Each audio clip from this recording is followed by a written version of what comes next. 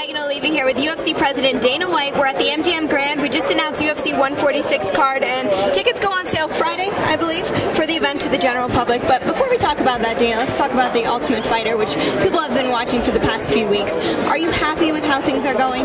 Thrilled. You know, obviously we had some glitches in the first episode. We'd never gone live before. Plus, it's the first time we've ever done all the fights in the house live, to get in the house live, which was a beast to pull off. But even considering some of the glitches and some of the things that will be changed next year, I loved it. I thought it was great, and I'm very happy with where the show is at now.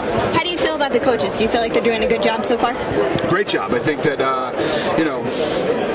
their teams respect them. There's heat going on between the two of them, and it's obviously building now that Cruz keeps winning and Faber isn't. So I think it's about to get very interesting. Now, you did the same show, The Ultimate Fighter, in Brazil, obviously without the live format. But do you feel like that's going to translate well for American fans who are going to watch that series?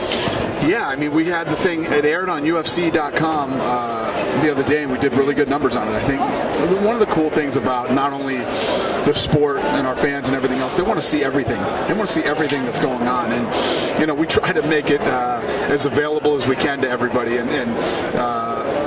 It's airing on UFC.com now, and then it's going to air on Fuel TV later. Okay, and when can everyone expect it to be on Fuel? I don't know the exact date. Ask somebody who knows what's going on around here. Somebody else will know. I don't know. All right, let's talk about something you do know about. John Jones versus Rashad Evans. That's the next pay-per-view. Yep. Do you think if anyone's going to beat John Jones, that Rashad is the guy? Well, that's what Rashad says. Rashad says that he's got his number. He says that John even knows that he knows how to beat him and all that stuff. I never listen to any of that stuff. I wait for the fight, and we'll see what happens. Do you think Dan Henderson gets the winner? Yes. Dan Henderson will get the winner of that fight or the winner of the Anderson-Silva fight. Dan Henderson just wants a title shot. And, there was a lot of talk about the stuff that I said. Here's the thing. I offered Dan Henderson 2 fights. Dan Henderson wants this fight. Normally, I don't do that. Guys don't sit around and wait or pick their fights. There's been very specific cases where that has happened, and it's guys who have earned it or deserve it. And Dan Henderson is one of those guys. Listen, if Henderson's been around forever. He's 40-something years old. He's been knocking guys out left and right. And if he wants to sit around and wait for this title shot, he can do it. All right, and let's talk about the reason we're here, UFC 146. What influenced you to put all heavyweights on this main card? And was there any question of should we do this or not? No, we never asked should we, but it all depends on how cards start to shake out. You have guys that are coming off injuries, guys that just fought or whatever. A lot of things line up for a card like this to happen. Started off, we had like 2 or 3 heavyweight fights on the card, and then it was like, it's interesting, we should do a whole heavyweight, and it just happened. Do you think it's going to be well received by the public, having all these big guys on one card? Yeah, I don't see how it couldn't, Even when, one of the questions was raised today, what if one of the heavyweight fights, you're worried about it boring? I mean, if you look at all the fights that have happened recently between all the guys that have been sitting up here on this podium today, none of them were boring. Though Santos knocks out Cain Velasquez in the first round. Cain Velasquez never had a boring fight. That guy's 100 miles an hour, has unbelievable cardio for a heavyweight. Roy Nelson has the heart and chin of God knows what. Frank Mir just broke an arm in his last fight. Alistair Overeem destroys Brock Lesnar in 1 round, and he's going up against Dos Santos. I mean, it's unbelievably exciting on paper and should be live too.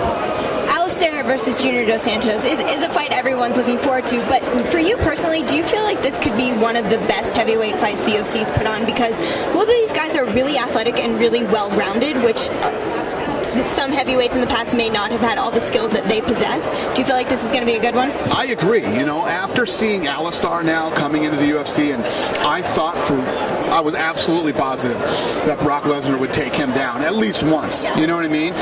And when he couldn't and got put away the way that he did, I said it publicly that night, I gave Alistair all his props.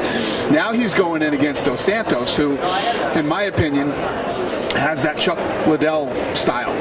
great takedown defense, heavy hands, and a good chin. And I won't let it take me down, and I want to bang it out with you because I got great hands and I believe in my hands. But now, Dos Santos has to deal with a guy who hits just as hard as he does, strikes as well as he does, but punches, kicks, knees, elbows.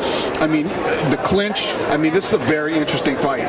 Do you think it's going to go to the ground at all? Because Junior said, about, oh, maybe you'll see some takedowns. He told me that he's been working on that. They both have really good ground skills. Would you be surprised if it goes to the canvas? No, because I agree with Junior Dos Santos. What happens is when you get two heavy hitters, guys that love to strike and bang, usually the guy that's getting the better of the striking ends up, the other guy starts trying to take him down. You see it all the time. You know, you have these fights where you're like, there's no way this goes to the ground, and then one guy starts getting lit up and he's trying to take that thing to the ground. So I don't disagree with Junior. It always happens. All right, let's go from the biggest division to the smallest, the flyweights. We were with you in Australia. There was that controversy with the draw. They've rescheduled the fight for June 8th. Is there any indication of what city that will be in? Yes, but we haven't announced it yet.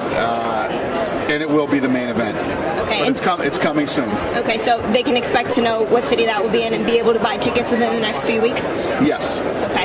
And finally, I've got to ask you about this because a lot of people have been talking since the announcement. Silva-Sonnen versus Anderson Silva in Rio de Janeiro. A lot of people are questioning sending Chael down there. I just want to get your take on it. What are your thoughts? And do you even feel like it's a concern at all? Because these are people who may or may not have been to Brazil. Right. I think that Brazil is getting a bad rap, you know, and I'll be honest with you, the first few times that I went to Brazil, I was very nervous and thought, oh my God, this, that. Right. You've been to Brazil. I've been to Brazil many times, and Brazil as a country and Brazilians as a people are getting a bad rap, okay? Brazil isn't as scary and as dangerous and as crazy as everybody thinks it is. I mean, sure, there's some bad things that have happened down there in the past. Bad things happen everywhere. You know, we could say the same thing in Detroit. We could say the same thing in New York. We could say the same thing in a lot of cities throughout the United States. Yes. He has said a lot of stuff about Brazilians and that country. And lots of people are going to tune in and show up to see Anderson Silva kick his ass because that's what the Brazilians want.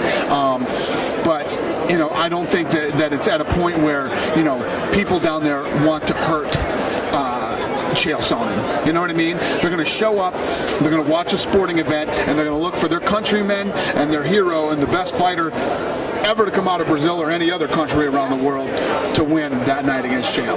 Did Chael have any hesitation in taking the fight down there? No, Silva-Sonnen is one of those guys, man. He's like, you know, first of all, he's nutty as hell. I mean, everybody knows that. You know, you hear. I have to hold separate press conferences just to squash all the rumors that this guy makes and the crazy things that he says. But the one thing that I really respect about Silva-Sonnen, this guy's a fighter, man. Shows up to fight, you know. And the one thing you hate is a guy that talks a bunch of shit. But Silva-Sonnen is actually a guy who talks a bunch of shit and backs it up. I don't care what anybody says. That guy backs up his shit talk. All right. Well, thank you so much, Dana, for giving us your time. We will see you in Atlanta. All right. Thank you.